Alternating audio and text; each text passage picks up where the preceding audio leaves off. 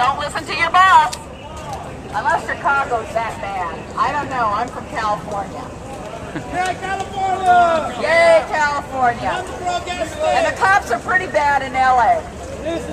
Pretty bad. In fact, they make up their own laws. Do you guys do that here in Chicago? You know, if they want to arrest you, they make up their own laws. And they think that we don't know what we're doing. I got arrested for amplified sound. Now you can see I'm using amplified sound. You know why we protesters use amplified sound, right?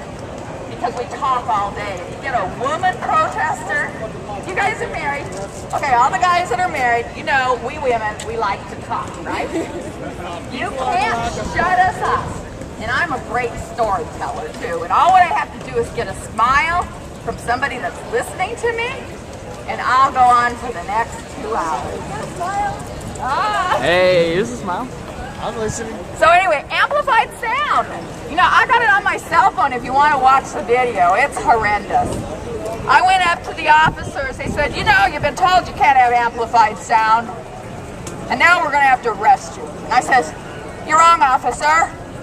I've gone to the Central Domain. Fancy new, really expensive police headquarters there on 1st in Los Angeles. And I asked the guy at the desk, is amplified sound a law? And they laughed at me and they said, no. They said, now if you abuse it and it gets too loud, it could fall into disturbance of the peace.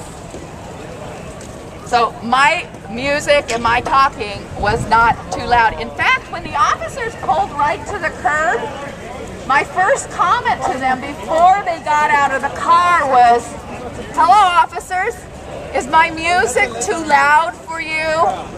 And you know, my music wasn't, you know, acid rock or revolutionary music. I was playing Michael Jackson, Heal the World. I like the revolution. You're amazing. Yeah, I know, but see, I have enough ruckus going on. I need to soothe my soul when I protest. Bob Dylan's going to be 70. So, you know what happened? I went ahead and I looked at them, so I wasn't breaking a law.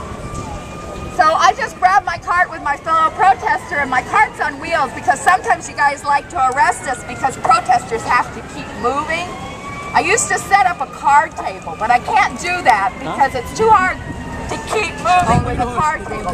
So now I have a cart, and I'm a real fancy protester. You got to come get my autograph because I'm like a protester you've never seen before.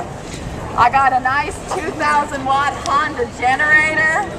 I have an amplifier with speaker, nice new speakers. It's a good system. In fact, it's so good that the office got to legally steal it. You know what they call it? They call it evidence. I bet you somebody just grabs it out of the evidence locker when they go camping. So they've got, you know, power for lights, they can plug their microwave into it, and they can watch stereo. Courtesy of me. And eventually, I guess I'm going to be able to get it back, but I have to go through writing the pleadings and getting the judge to issue an order to return back my property to me. You know, that's how bad it's gotten, you guys. But your head chief down there in the white shirt, I think I finally understand where the problem is. You're all set. No, guys, listen. This is what their boss informed me of. Is that what happens is he's only given a little piece of the puzzle.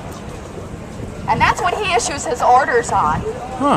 So he can issue his orders and think it's a righteous order. But I'll tell you, if he had all the pieces of the puzzle, I sure hope he would talk to whoever's issuing that order and go tell him to jump off a bridge. So let me tell you, you gotta understand what we're all about. We're actually fighting for you and your children and your grandkids. Yes, we are. Let's hear cheers for grandmas. Yeah! I got 8 little grandkids. I got lots to do with my time. I'd much rather be out sailing on my sailboat or skiing on my ski boat or motorhoming with my husband.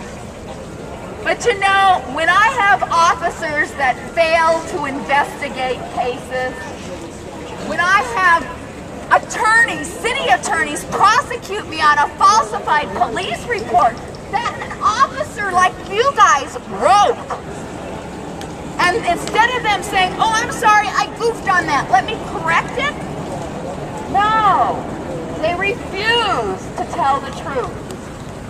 And then after that, they get the attorney that's representing them to tell you to shut up, that you got to follow the rules and regulations, which make it so that I cannot talk to any of his clients. How am I supposed to get to the truth if I can't talk to any of his clients, which are the ones that have violated me? Where is the sensibility in our system, guys? It's your job not only to arrest, but also to investigate before you arrest. And make sure that you've got viable cause, probable cause, to arrest and haul off a person to jail. Because I don't know what they teach you in training school.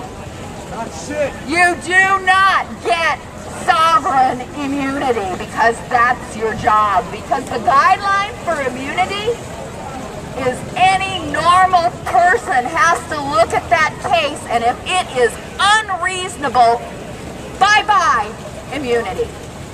So be careful what you do the rest of the day. Because not only can you be held responsible in your professional capacity, you can also be sued in your individual capacity, which means you're not going to rely on the attorneys within the city to pay for your defense. You're going to have to go out and find your own, like we have to. And I'll tell you, attorneys aren't cheap. So think twice before you do. Thank you.